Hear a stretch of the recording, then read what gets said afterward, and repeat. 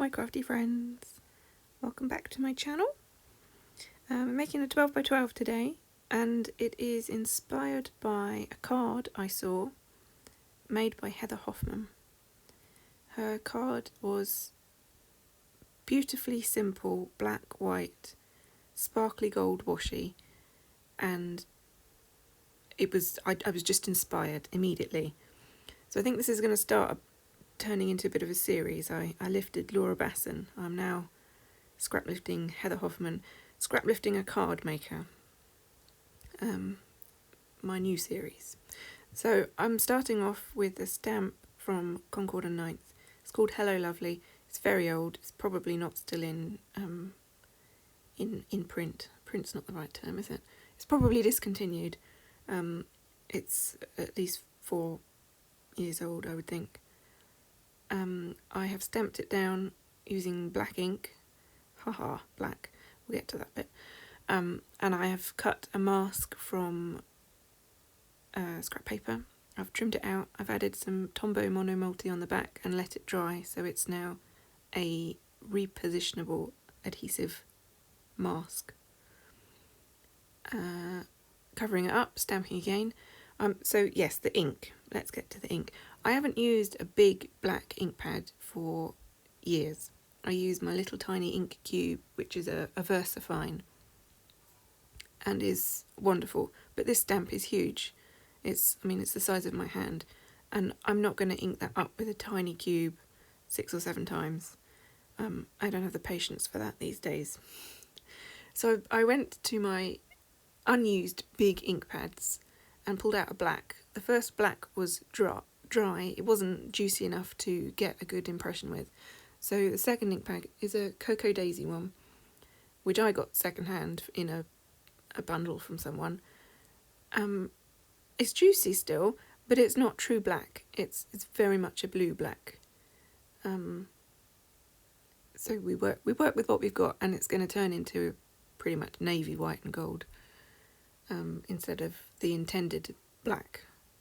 So I'm chopping up my mask and moving it around and making sure that everything is covered before stamping over the top, and just sort of jigsawing it together. I'm using a sheet of acetate, which is the back of the stamp packaging, to make sure that I don't get smudges where I don't want smudges. I am quite clumsy. I don't know if you know that or not. So we've got fingerprints on there, and smudges, and yeah, all that good stuff. So, washi tape.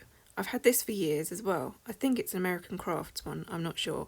It's gold glitter, and it's scalloped, and it's gorgeous. So I'm just getting that down as straight as I can get it. It's good, it's got a good stick, but you can reposition it if you're quick enough. So, it's pretty much straight. It'll do. So, new week, new nail varnish, and I've decided that I want it the other way round now. I've got a photo that's black and white.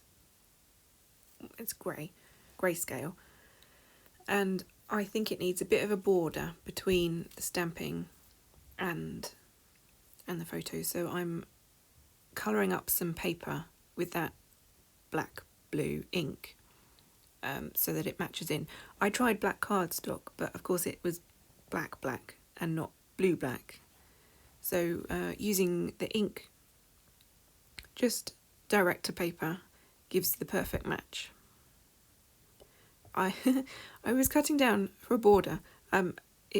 It was going wonky. You know when you cut one side and you turn it, you cut the other, and that's not straight. So you have to cut the first side again. And I was going round. I got it straight eventually, and I'm going to pop that up on some foam just to give that bit of dimension, that bit of a shadow gap. I've sacrificed 2 scallops of the washi to get these little strips, and I thought that I would make it look like I was taping the photo onto the layout, but of course now that I've got the foam behind it, I can't do that. So a little bit sad that I've sacrificed those scallops but determined to use them, I pulled out my Heffy Doodle dies, stitched alpha dies, and I've die cut a title from the 2 scallops that were sacrificed. This didn't work quite as well as anticipated because, it didn't cut. So I ran it through again, lined everything back up, ran it through again, and it still didn't cut. So I've gone round with my scissors and I've cut them out. So I'm trying the title under the photo, it gets lost. I try it down the side of the photo, it's the wrong length, plus it still gets lost. So I'm going to snug it down in that little white space down there, and fits perfectly. Because they've been die cut and fiddled around with trying to get them cut properly, I've needed to put glue down behind them to hold them in place. I'm going to do a tiny little bit of journaling in that trapped space there and add the date, and then, you know it, sequins. I've pulled out some Spiegelmum scrap sequins that are gold glitter and that are pretty much identical to the tape, which was a stroke of luck.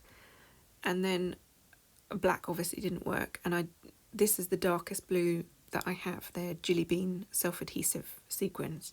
So I sprinkled some of them around the page and I've called it done. Thank you very much to Heather for supplying the inspiration. Thank you very much to you for watching. Like and subscribe and all that jazz, and I will see you in the next one. Bye!